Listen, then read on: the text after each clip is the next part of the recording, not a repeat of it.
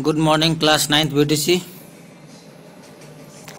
In previous classes, we discussed about the concept of gravitation discovered by Sir Isaac Newton, and he had an idea about gravitation from the laws of planetary motion given by Johannes Kepler. We have already discussed about the Kepler's law of planetary motion, the law of orbit, which indicates that all planets move in elliptical orbit with the sun at one focus, the law of area, which indicates that the line that connects planet to the sun sweeps over equal areas in equal time interval, and the law of period, which indicates that the square of time period of any planet is proportional to the cube of the semi-major axis of its orbit. And through this law, with the help of this Kepler's law, Newton's got idea about his universal gravitational law. Today we are going to discuss about universal law of gravitation. This is a very easiest law, and this law is the universal law. In universal law means it is applicable anywhere in the universe. There is no exceptional condition for this rule.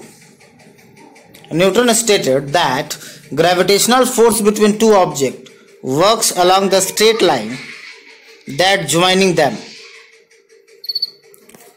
It is directly proportional to the product of masses and is inversely proportional to the square of the distance between them. We are going to discuss about the formula through a diagram.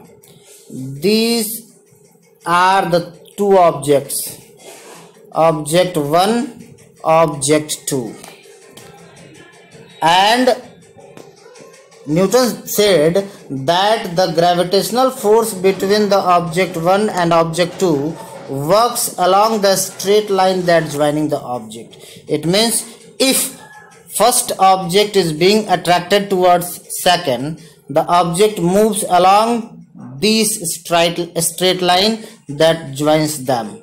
Similarly, if second object is being attracted towards object first, it moves along the same straight line. Means the effect of force is effected on this line that joining the objects. And secondly, he said that it is directly proportional to the product of the masses.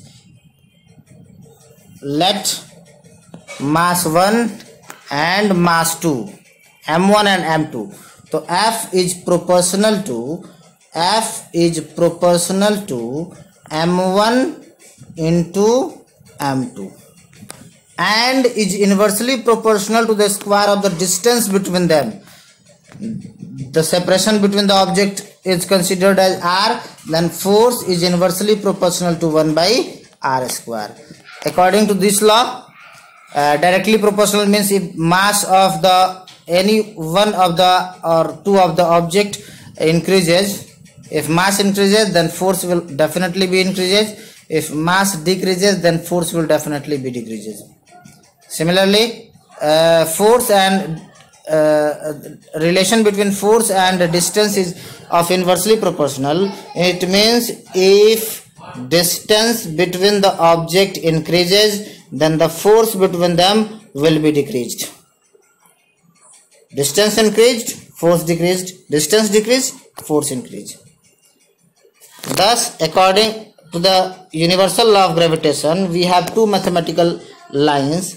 First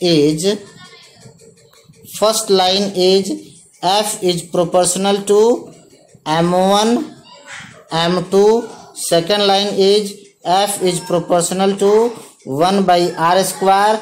If we write these two equations in combined form, F is proportional to m1 m2 divided by r square. If the proportional sign is being replaced by equal to, then a constant, universal constant of gravitation is applied to the RHS. Thus, the mathematical formula for calculation of the gravitational force between two objects is equal to F is equal to G m1 m2 by R square. This can be easily understandable by the following diagram. These are the two objects having mass m1 and m2, separation r. The force between these two objects is equal to F is equal to G m1 m2 by R square, where G is the universal constant of gravitation, m1 and m2 are the masses of the two objects, r is the separation between the object, distance between the object, and Fg is the gravitational force. For example, to calculate gravitational force, there is one example, and that example is, suppose that in this example there are two persons, Mary and John. Mary has mass 50 kg, John has mass 70 kg, and the distance between them is 2 meters. Here we are given both the masses and distance between them. Then we can easily calculate the gravitational force between them, which is F is equal to G m1 m2 by R square. This is the numerical value for G. This is numerical value for G, which is defined by the Sir Henry Cavendish. G is equal to 6.67 into 10 to the power minus 11. So put 6.67 into 10 to the power minus 11 instead of G. M1, M2. So put 50 kg instead of M1, 70 kg instead of M2, and 2 meter instead of R. After calculating, we get 5.84 into 10 to the power 8 Newton. Thus, if both the masses and distance between the masses are given, we can easily calculate the gravitational force between the two objects. This is the very important rule, and the whole chapter gravitation depends upon this rule. So all of the students must have to learn, must have to remember this rule, and must have to idea about the calculation of gravitational force. Secondly, in the further sections we have to discuss about all the different aspects, all the different phenomena that may happen due to the gravitation. In the next class we have to discuss about the universal constant of gravitation and also effects of gravitation, and then acceleration due to gravity. The acceleration due to gravity is a very, very important topic for further use and for exam point of view also. So we now meet again in our next video. Thank you. Goodbye to all students.